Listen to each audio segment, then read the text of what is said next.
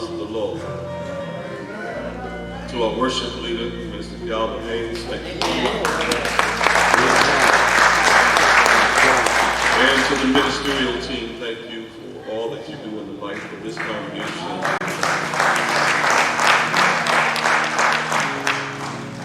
Now, I gotta confess, I say it's good to see each of you. And I want to call some names, but I dare not. Because the moment that I do, I will inevitably miss somebody, and then somebody else will be offended. So let me say to each of you, thank you so much for being here this morning. Amen. And for those of you who are part of the local body of Christ here as a member of this church, and you have been away because of illness, sickness, let me say it is so good to see you back this morning. Amen.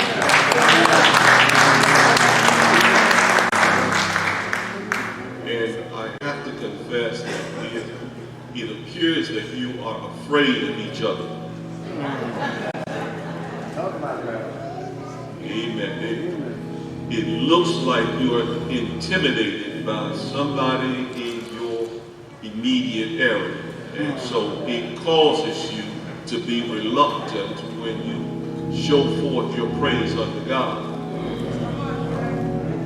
It shows forth that something has hampered your opportunity or your ability to freely give God praise for what God has done. It would appear this morning that there is an air of reluctance in this house, and you are afraid to acknowledge that God has blessed you another week. It is blatantly clear this morning that some of you can't give God praise because you are afraid of how somebody is going to interpret what you are doing. And you are afraid that somebody's going to say that it doesn't take all that noise to show God that you appreciate what He's done. But if you know like I know this morning, and you recognize where He brought you from and what He brought you through, there is no doubt that you have to at least give God some symbol of praise this morning. Oh, bless your name, God. Bless your holy name. He brought you through something you didn't even know you were going through. You wouldn't be here this morning if it wasn't for you. You may have been halfway good, but you were not all that good.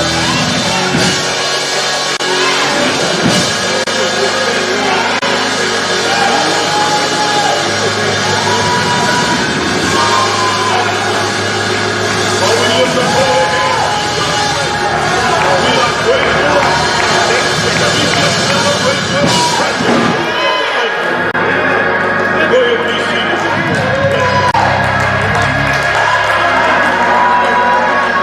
Bless you. Thank you. Every time I think about where you brought me from,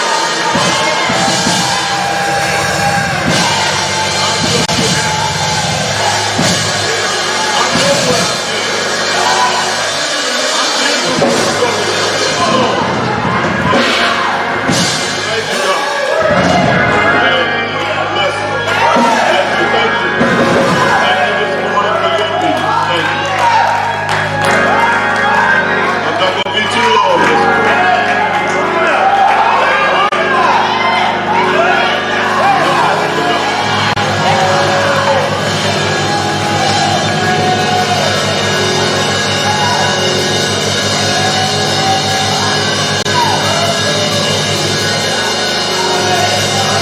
Somebody's here this morning. You didn't think you were going to make it.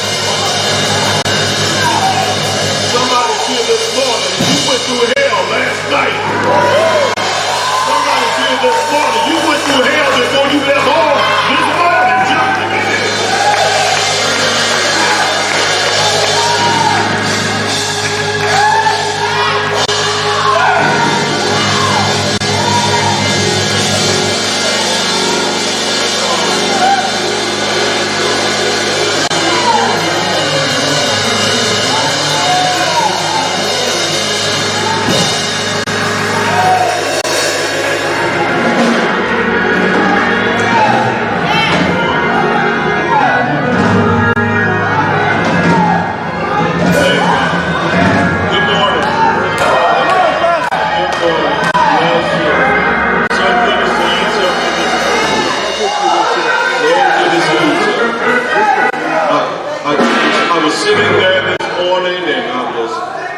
moving into the worship experience, and I kept looking around, and I saw some faces that looked somewhat regretful, and some faces that looked like they were uncertain if they could let go and let God, and so they just kind of sit there and relax and held on.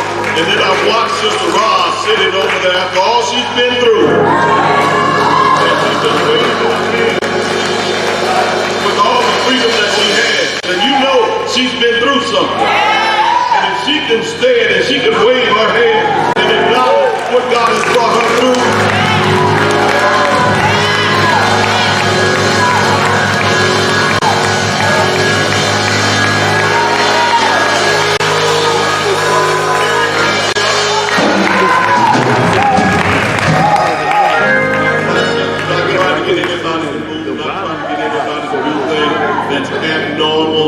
I'm just trying to help us understand that when we come to worship, it means just what it says, worship. It's not a spectator's thing, it's a participatory act. It's something that you get involved with. It's worship. Worship comes from those two words that suggest that he's worthy of all our praise.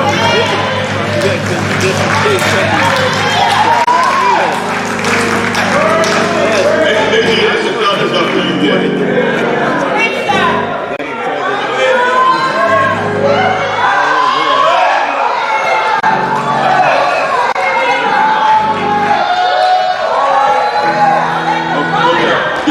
Y'all let me preach this morning. Let me preach. Bless you. Bless you. Thank you, God. Thank you, God.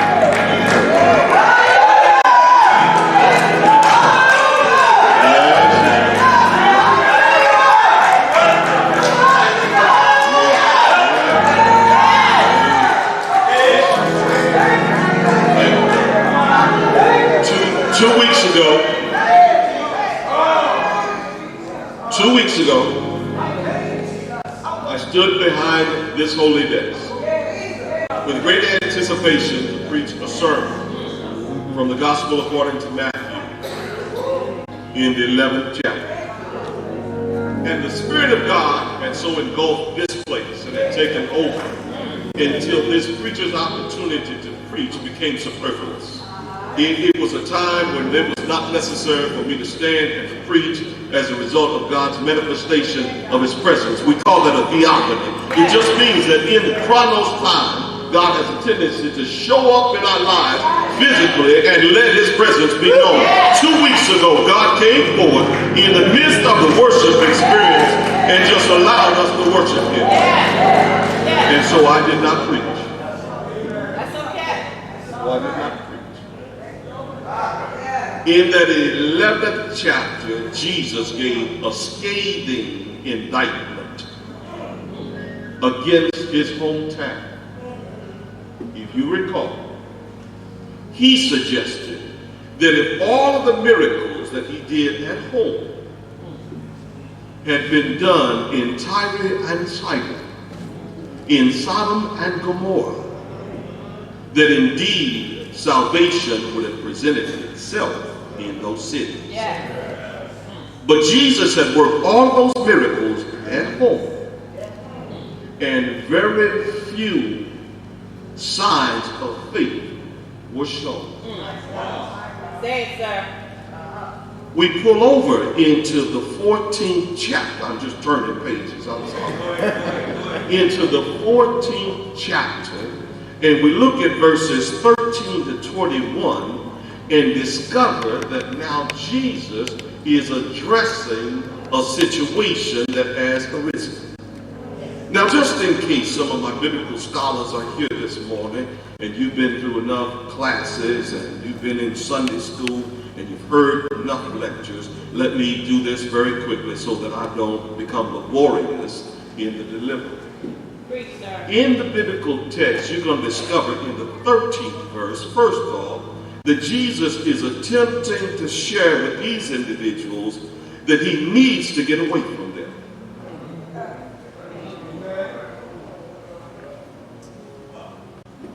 Previously, he's just gotten word that John has been beheaded. Your first cousin has been beheaded, and the news arrives to Jesus. Now, you know right away that there is a grieving process that must be going on literally in the life of Christ. You with me? Now, just in case you need a subject matter to hold on to, and if you're here this morning and you don't have to look at your scripture on your phones, please close them up. I need your undivided attention for about 10 minutes. I want to talk to you this morning from this thought. Seeking a solution for my suffering.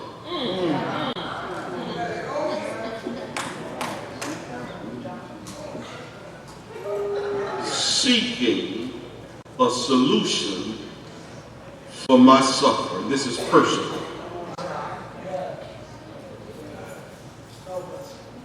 There are 4 gospel writers that tell this same story. 4. They tell it from a different perspective because their audience is different. Every good communicator recognizes that depending on your audience determines your delivery. It would be idiotic of me to stand up here and to assume just for a moment that I'm speaking to an audience of individuals who all have PhD degrees in the realm of theology and begin to espouse in German, Hebrew, Greek, or Latin some words that make no sense to some of us. And so I have to recognize I'm speaking to individuals who need to hear a solution for their suffering. Now, when I was wrestling with this biblical text, I was asking the Spirit of God to convey to me how this had to deal with anything that the people are wrestling with in the 21st century. Come here for a moment. Because if a biblical text doesn't have any relevance, it means nothing to you. You need to know today how that biblical text can help you get through your situation now.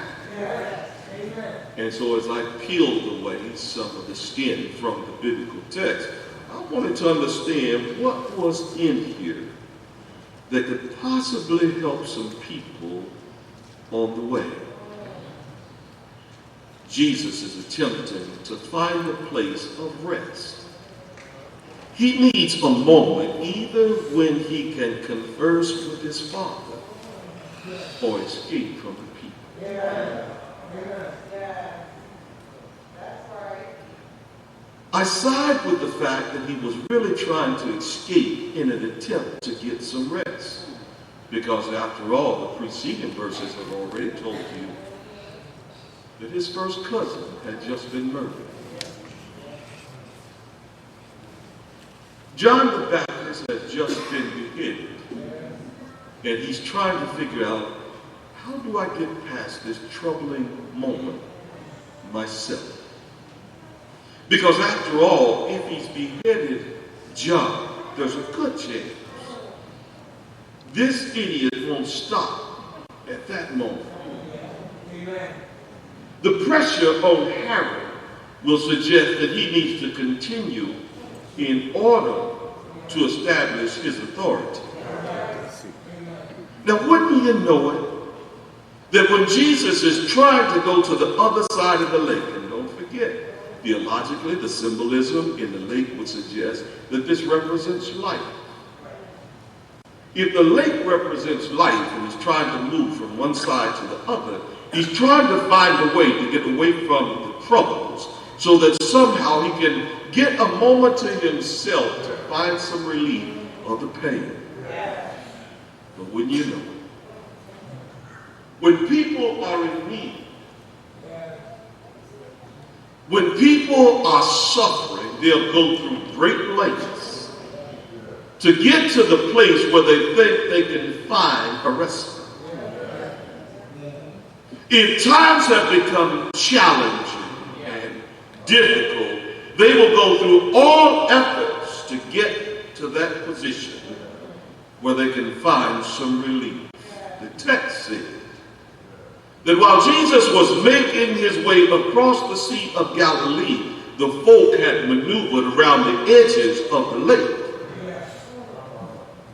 and made their way to the other side prior to Jesus' arrival. So before he can get to the place where he's going to get rest, he's interrupted by the masses. It is obvious that they've been following him for a great length of time. For the text says the disciples were disturbed because by now it's late in the day. Come here for just a moment. For the biblical text wants you to know that in human history, in our lives today, it's late in the day. Society is looking for a relief from all of the pressures and the suffering that they've been up under, but it appears that there seems to be no out. You know, like when it's time for the feeding. The boys see a moment of impossibilities because they didn't bring enough sustenance to take care of this great mass. There is at least 5 loaves and 2 fish. I'm just trying to refresh your memory to the biblical text, because it is insufficient in the hands of humanity, but then it shifts in the right hands. I'm seeking a solution for my suffering. And so I examine the audience, though the authors don't tell us who they are by name or their situations. We just know that every one of them that came out, Jesus had healed. Factor the numbers in for a moment. For it suggests that there were 15,000 who were present as a result of the 5,000 men. We arrive at those numbers because it's a possibility that if in fact you have women and children and there's 5,000 men, and if in fact there's 3 to each one of those, it factors out to 15. 15,000 people to be fed by 5 loaves and 2 fish. In all probability, it is absolutely impossible to meet the needs of humanity on so small an amount. And so the text wants us to understand that Jesus is saying symbolically that he has the ability to help all of those who are in need. And so some of you have arrived out of the context of crossing over your Sea of Galilee. And you've shown up here in the worship experience. And there are some situations in your personal lives that you've not shared with anybody else. There are some of you who gather here, you are lonely. You're in the midst of a number of people and still yet you are lonely. There are people who gather in the audience and they work every single day, some of them 2 and 3 jobs, and they still can't seem to make ends meet, and you're still trying to figure out, how can I get a solution for my financial situation? And somebody else is here this morning because some knucklehead that you slept with last night has left an impression upon you and left you trying to figure out whether or not you're going to make it. And am I talking to anybody here this morning? It may have been your husband, it may have been your wife, it may have been that joker down the street that you somehow aligned yourself with. There is a semblance of suffering in your life. You're trying to figure out how to get through it. In all instances, it appears that it's hopeless.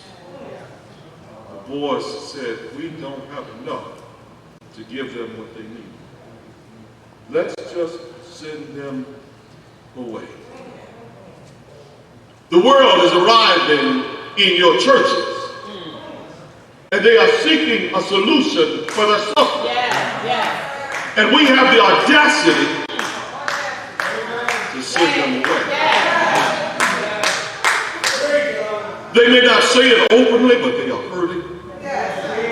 They are aching, they are lonely, they are troubled, they are suffering, and they just need to know somehow there is a deliverance from their suffering. Am I talking to anybody this morning?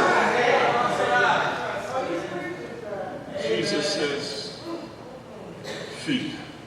Now John takes it a little further in his assessment of the situation. Well, he arrives at this good news and he says to them, sit them down in order. Remember I told you that you got to make sure that you understand the context out of which the writer is writing. Matthew is attempting to influence all of the Jews who have for so long rejected the fact that Jesus could possibly be the Messiah. Mm-hmm. And in so doing, he says, let me prove to you that the Christ, or the Messiah you've been looking for, has been found in this Christ. He is the anointed one. He has the capability of taking a little bit and feeding much. Now I know that in a day when we have become so syncretistic in our religion, we begin to engraft just absolutely every kind of religion into everything that we believe and accept, and all of a sudden we've almost negated Christ altogether. But I stopped by to serve notice to us today that Christ is still the central figure. He is still the one who has the capability of healing individuals who are sick. He still has the ability to take a few loaves and a couple of fish and feed multitudes. So this morning, if you arrive in the biblical context of the place where you worship, and you find yourself spiritually hungry, I serve notice to you today, so that somehow you can understand that the same Christ in the first century is the same Christ who came this morning to give you what you need. You may be hungry spiritually. I came to serve notice that he came to give you enough food to last you from here to eternity. I came to serve notice to you today that if indeed you are seeking a solution for your suffering, Jesus is still the individual to seek. If you came looking for a solution to your problem, whatever your problem may be, and I don't know what it is, I want you to know that Jesus still has the power to heal, the power to set free, and the power to deliver. And that's the Jesus that is present in the biblical text this morning. That may not be shouting time for you, but I've been sick before, and he's helped me. I've been lonely before, and he has come to me. I've lost a loved one, and he's shown up so I didn't feel like I was walking alone. I've been down and out, I've been broke before, and he still shows up. You are here this morning, and you are seeking a solution for your suffering. I present to you the Christ who came, who suffered, who bled, who died, who was buried, who was resurrected, and now lives forevermore. I came to present him to you. There is a solution for your suffering.